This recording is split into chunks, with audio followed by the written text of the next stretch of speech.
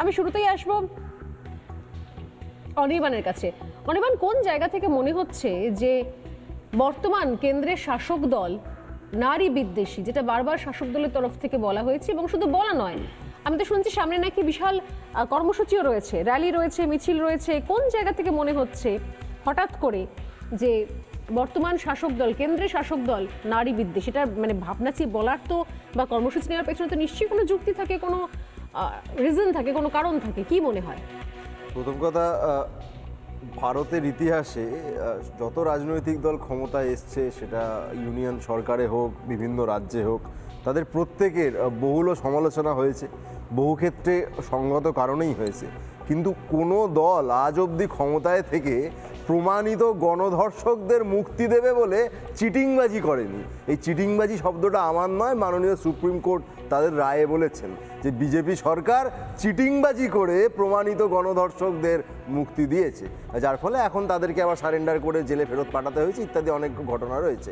সেই প্রমাণিত গণধর্ষক এবং গণহত্যাকারীদের সেই বিজেপি দল যখন তারা জেল থেকে বেরিয়েছিল, তাদেরকে ফুল মালা মিষ্টি ঢাক ঢোল পিটিয়ে তাদের বরণ করে, তার রাজনৈতিক মঞ্চে জায়গা দেয়। বিজেপি এমপি এমএলএ রয়েছেন, সেই রাজনৈতিক মঞ্চে একজন গণধর্ষক আলো করে বসে আছে। এই কারণের জন্য তৃণমূল কংগ্রেসের স্ট্যান্ড পয়েন্ট হচ্ছে যে এটা এই সরকার নারী বিদ্বেষী সরকার। এটা কোনো কারণ নয়, তাই তো? আচ্ছা, বেশ, এটা খুব খারাপ কারণ, আমি বুঝতে পারলাম।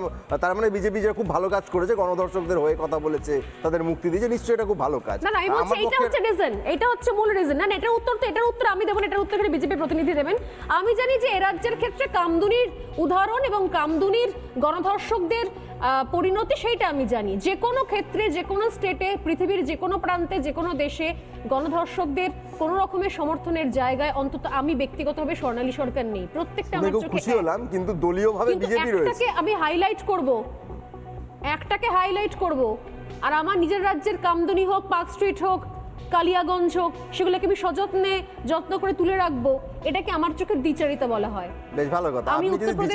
আপনি যদি মনে করেন যে এটা দ্বিচারিতা, তাহলে দয়া করে প্রশ্ন করব, দয়া করে আমাকে এইটা যদি যুক্তি হয় শাসক দলের, তাহলে একটা দিকে আঙুল তুললে চারটে আঙুল নিজের দিকে ঘুরে যাবে। আমার মনে হয় এটা শুধুমাত্র যুক্তি।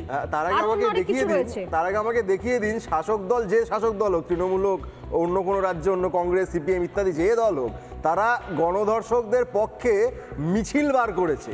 কাঠুয়ার ঘটনা আশা করি আপনিও জানেন। 9 বছরের একটি বালিকাকে যারা গণধর্ষণ করে হত্যা করেছিল, তাদের সপক্ষে মিছিল বার করেছিল সেখানকার বিজেপি নেতৃত্ব, তাদের মধ্যে শীর্ষ নেতৃত্বরাও ছিলেন। যার ফলে বিজেপি ধর্ষকদের পক্ষে হ্যাঁ কি না এর উত্তর তারা নিজেরাই বারবার করে দিয়েছেন, নতুন করে দেওয়ার কিছু নেই। এবার তার সঙ্গে ইকুইভ্যালেন্স টানতে হলে জোর করে তৃণমূলকে, কংগ্রেসকে নানা কিছু আপনাকে দেখাতেই হবে। সেটা আপনার কম্পালশন হতে পারে, আমার নয়। আমি স্পষ্টভাবে দেখেছি একটা সরকার, দাদা দুটো সরকার জোর করে কালিয়াগঞ্জ জোর করে হাসখালি জোর করে কি হাসখালি কি সেখানে কোন সরকার? এটা কম্পালশন আপনার রয়েছে অনির্বাণ বাবু, আমার এই কম্পালশন নেই। না, আপনারই আছে। আমি বলে দিচ্ছি কেন কামদুনিতে, আমি ধরা যাক এক্সাম্পল কামদুনি, শুনুন না, দলকে জিজ্ঞাসা করলে বিজেপিকে বললে আপনারা তো রাগার তো কোনো কারণ নেই, 17 বেদি রাখছেন না, আপনি রেগে যাচ্ছেন কেন? সমস্যা কোথায়?